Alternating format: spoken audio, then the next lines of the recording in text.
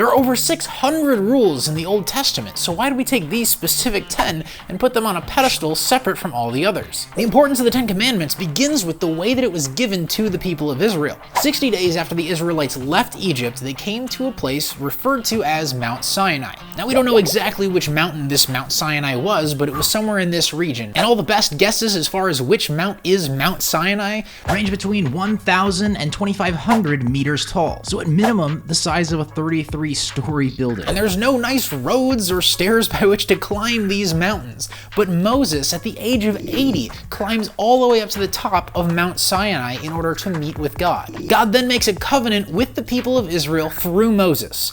You guys obey my laws, and in return, you will be my people and have my protection. So Moses goes back down the mountain to give these terms to the people of Israel, and they agree to them. So Moses hauls his 80-year-old bones back up the mountain to tell God Israel's response. God tells Moses that when he goes back down, that the people should consecrate themselves for 2 days, because on the third day, God will come and speak to Moses in front of the people of Israel. What this does is takes away all doubt for the people of Israel that Moses is actually talking to God on the mountain, because they'll have seen it with their own eyes and heard it with their own ears. God also tells Moses to mark off a boundary around the mountain and not to let anyone come past that boundary, or else God will kill them. So Moses goes back down the mountain, marks off the boundary around the mountain, and the people purify themselves for 2 whole days, so that on the third day, they are ready. A large storm forms with thunder and lightning, and the people of Israel hear the sound of a great ram's horn as God descends on the mountain in the form of fire, covering it in smoke. The ground itself begins to quake as Moses calls out to God, and God responds in a thunderous voice, and all the people of Israel hear it. And then God calls Moses to go back up the mountain to meet with him again. Once at the top, God tells Moses to tell the people not to cross the boundary in order to see God, lest they die. But Moses is like, yeah, I already told them that. They already know that. And God's just like, tell them again. They need to hear it. Now, you might know this story the way I knew it growing up, where Moses goes up the mountain twice, once to get the tablets the first time, and then once to get the second set after he broke it. But as you can see here, Moses has already taken 3 trips up the mountain and no tablets. What God does do on this trip is he dictates to Moses the 10 Commandments and a bunch of other rules. There's 4 whole chapters of commands for Israel, but the first 10 God calls the covenant that he made with Israel. You guys obey my commands, and I will be your God. Of all the commands that God gives to Israel, the 10 Commandments are the very first he gives, and the most important. And even among the 10 Commandments, he gives the most important commands of those first. You must not have any other God but me. You must not make for yourself an idol of any kind, or an image of anything in the heavens, or on earth, or in the sea. You must not bow down to them or worship them, for I, the Lord your God, am a jealous God, who will not tolerate your affection for any other gods.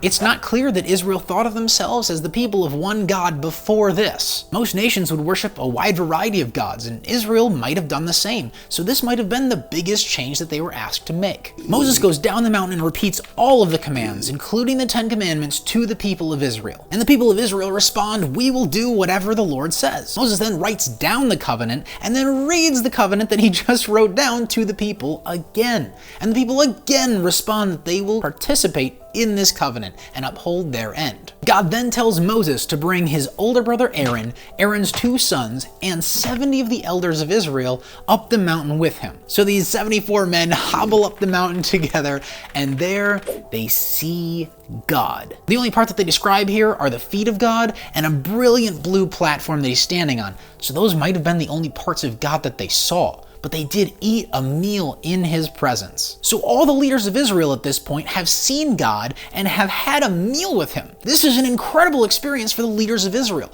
to actually interact and eat a meal with their God. After this trip, God invites Moses back up the mountain to receive the tablets. Keep in mind, this is 80-year-old Moses climbing a 1,000+ foot mountain for the 5th time. But before he leaves, he puts Aaron in charge of the people to solve any kind of squabbles that they might have, knowing that Aaron had just been in the presence of God. And solving disputes will be easier now that they have 4 chapters of rules from God on how to solve such disputes. Moses spends 6 days partway up the mountain consecrating himself, and on the 7th day, he goes up further into the cloud cover. It's said that the clouds up at the top of the mountain were shining bright like a consuming fire, and Moses just walks right into it, into the presence of God. For the next 7 chapters, God dictates to Moses many more details about how the people of Israel should act and how they should worship God. After 40 days on the mountain, God hands Moses 2 stone tablets with the 10 commandments inscribed on them, written by the finger of God. And this is where the people of Israel really dropped the ball. When the people saw how long it was taking Moses to come back down the mountain, they gathered around Aaron. "Come on," they said, "make us some gods who can lead us. We don't know what happened to this fellow Moses, who brought us here from the land of Egypt." Less than 40 days without the presence of Moses. Less than 6 months from when they saw the plagues unleashed on Egypt and they crossed the Red Sea on dry ground. At the very location that the people heard God speak out of a burning mountain to Moses, the people are ready to abandon him and find a new God. They just agreed 3 times to obey the commands of God so that they could be his people. And now, so shortly afterwards, they're ready to betray him. And Aaron, who not only experienced all these other things with the people of Israel, but actually ate in the physical presence of God, is ready to help them. The Israelite people had a lot of gold at this point because the Egyptians were giving them whatever they wanted to get them to leave Egypt. Aaron takes the gold from the people, melts it down, and forms it into the image of a calf, which is the image of the Canaanite god Baal. And the people of Israel look at this statue and say, "These are the gods that brought us out of Egypt." What? And then they make sacrifices to this thing, giving it praise and worship, and giving it credit for all the things that God had done for them. This makes God very angry, and he says to Moses, "I have seen how stubborn and rebellious these people are. Now leave me alone, so my fierce anger can blaze against them, and I will destroy them. Then I will make you, Moses, into a great nation." This contract that God had just made with the people was based on their obedience, and they had just disobeyed God in the most fantastic way. So God was completely within his right to wipe them off the face of the earth. However, God had made an unconditional promise with Abraham to make Abraham's descendants a people who would cover the face of the earth. So God tells Moses, "I'm going to wipe out all the people at the base of the mountain, and I'm going to start over with you and your descendants, and that's how I will fulfill my promise to Abraham." But Moses begs God not to destroy the people of Israel, and God relents. So Moses descends the mountains with the stone tablets in hand. But when he gets to the bottom and sees the people so brilliantly breaking the first 2 commands in this covenant that they had all agreed to, he's fiercely angry. And he takes the commandments and he throws them at the ground, shattering them into pieces. He melts down the golden calf, grinds it into powder, adds it to water, and makes the people drink it. He then turns to Aaron, as he left Aaron in charge, and asks what on earth has happened. And Aaron tells this goofy story about throwing all the gold into the fire and the calf just jumped out of it. And Moses understands that Aaron was not capable of handling this leadership role. Moses calls out to anyone who's willing to side with God to come stand by him. And the Levites, his own tribe, do so. Moses commands them to take their swords and kill anyone in sight, and they do so. The Levites slaughtered people from then until dusk, killing a grand total of 3,000 people. Don't glaze over that number. This is a national tragedy for the people of Israel. Moses tells the people that despite their terrible sin, that he will go back up the mountain to plead with God to forgive them. God refuses to completely forgive the people of Israel and sends a plague on them instead. He then tells Moses to go back down the mountain and lead the people to the land that he had promised them, but that he would not go with them. God says that if he were to travel that closely to the people of Israel, he would absolutely decimate them for how stubborn they are. This coldness from God was a wake-up call for the people of Israel. They took off all their jewelry and entered a time of mourning. They moved their camp away from the mountain to give God some space. They set up the tent of meeting.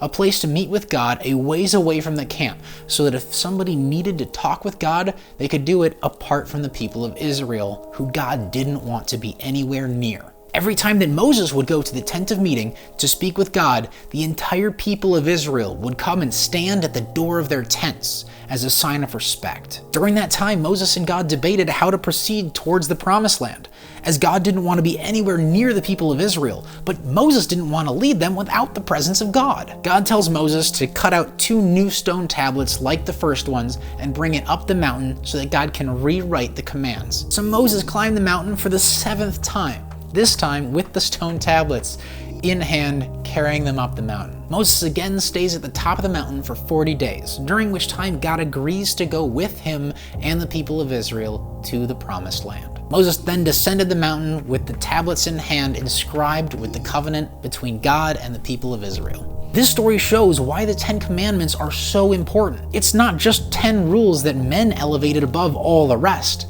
This is the core of the covenant that God says, if you follow these rules, then you will be my people. This is God telling us his most important values for us to follow. And if we want to be his people, we need to see the importance of that and take it seriously.